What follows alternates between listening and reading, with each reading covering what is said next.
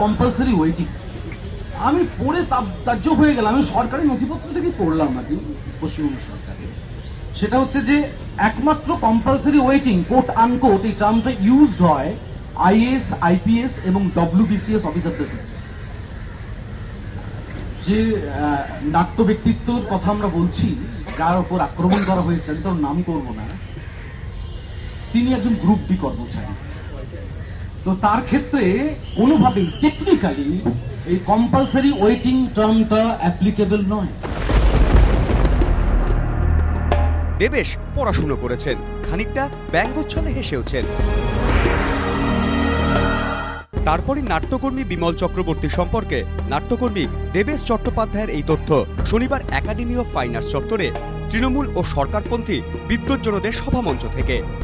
ওই সভার 24 ঘন্টার মধ্যে এবিপি আনন্দর হাতে এলো অক্টোবরের 4 তারিখের সেই সরকারি বিজ্ঞপ্তি, যেখানে স্পষ্ট উল্লেখ রয়েছে বাংলা তর্জমাকারী পদে কর্মরত বিমল চক্রবর্তীকে পাঠানো হয়েছে কম্পালসারি ওয়েটিংয়ে। পাশাপাশি 2009 সালে সরকারের আরও একটি বিজ্ঞপ্তি বলছে বাংলা তর্জমাকারীদের বেতনক্রম বেড়ে হয়েছে 4,800 থেকে 10,925 টাকা। ওই সালেরই ফেব্রুয়ারির কলকাতা গেজেটে উল্লেখ করা হয়েছে গ্রুপ এ কর্মীদের বেতনক্রম 4,400 থেকে 10,000 টাকা। অতএব সরকারি তথ্যই বলছে বিমল চক্রবর্তী গ্রুপ এ অফিসার এবং কম্পালসারি ওয়েটিং তার ক্ষেত্রেও প্রযোজ্য হয়েছে। তথ্য শুনে অবশ্য নিজের ভুল মেনেছেন দেবেশ। বিস্তর পড়াশুনোর পরেও এই তথ্য তার কাছে অজানা থেকে গিয়েছে। অতএব দেবেশের দুঃখ প্রকাশ। বিমল চক্রবর্তীকে প্রযোজ্য নয়। এবার যদি সেটা কম্পালসারি ওয়েটিং হিসাবে সেটাকে যদি দেখানো হয়, আমি সেটা জানি না ওনাকে যে চিঠিটা দেওয়া হয়েছে সেই চিঠির মধ্যে কম্পালসারি ওয়েটিং টার্মটা লেখা আছে কিনা। যদি লেখা থাকে সরকারি, তাহলে সেটা সরকারি নির্দেশিকা, কিন্তু উনি যে গ্রুপ বি নন সেটা আমার অজানা ছিল। ঠিক আছে, সেটা আমার সেই মানে যদি গ্রুপ বি ওনাকে বলে থাকি এবং আমি সেই জন্য ওনার যদি কোনো রকম ভাবে মানে মানসিক ভাবে বা কোনো রকম মর্যাদাহানি হয়ে থাকে, সেই জন্য আমি আন্তরিকভাবে দুঃখিত। পড়াশোনা থেমে নেই দেবেশের, পড়েছেন সাইকোলজি এবং নিউরোসায়েন্স। তার মনে হয়েছে বিমল চক্রবর্তীকে হেনস্থার প্রতিবাদে সভা আদতে শিশু সুলভ চিৎকার, দৃষ্টি আকর্ষণের চেষ্টা। আমার ছোটবেলায় আমার ছেলের কথা মনে পড়লো। ডোডোকে আমি যখন অন্য ঘরে রেখে আমরা সমস্ত বন্ধু বান্ধবরা মিলে আড্ডা মারতাম, ও প্রায় চেঁচিয়ে কাঁদতো। আমি যে কেন কাঁদছে, কান্নাকাটি করছে কেন এরকম।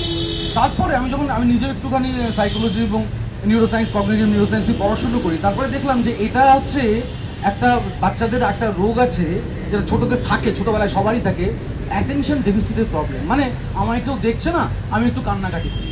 তো বিষয়টা এরকম দাঁড়িয়েছে যেখানে পায়ের তলায় জমি হারানো একটা রাজনৈতিক দল, তাদের যখন ওই ছোট বাচ্চার মতো কেঁদে জানান দিতে হয় ভাই আমি আছি, এবং তার জন্য একটা শিখণ্ডি খাড়া করতে হয়, তখন আমার খুব করুণা হয় সেই দলটির প্রতি। দেদার পড়াশোনা করে দেবেশ একটা উপলব্ধির শিক্ষা পেয়েছেন। শনিবার অকপটে উল্লেখ করেছেন সেই অনুভবের কথা। এটা আমার কাছে একটা শিক্ষণীয় জিনিস, যে কিভাবে একটা মিথ্যাকে একটা অপপ্রচারের জায়গায় নিয়ে যাওয়া যায়। বিমল চক্রবর্তীকে কম্পালসারি ওয়েটিং এ পাঠানো নিয়ে শনিবার কি বলেছিলেন দেবেশ, আসুন আরো একবার দেখে নিই। একমাত্র কম্পালসারি ওয়েটিং কোট আনকোট এই টার্মটা ইউজড হয় আইএএস, আইপিএস এবং ডব্লিউবিসিএস অফিসারদের ক্ষেত্রে।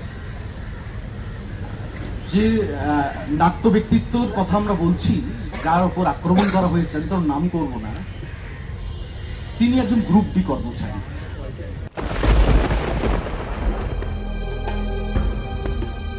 এখন দেবেশের ভুল স্বীকার এবং নয়া উপলব্ধি প্রশ্ন তুলেছে, কেন ক্ষমা চাইবেন না তিনি? মিথ্যে তথ্য তো একদিক থেকে অপপ্রচার। এই উপলব্ধি তো দেবেশের নিজেরই। কৃষ্ণেন্দু অধিকারী, এবিপি আনন্দ, কলকাতা।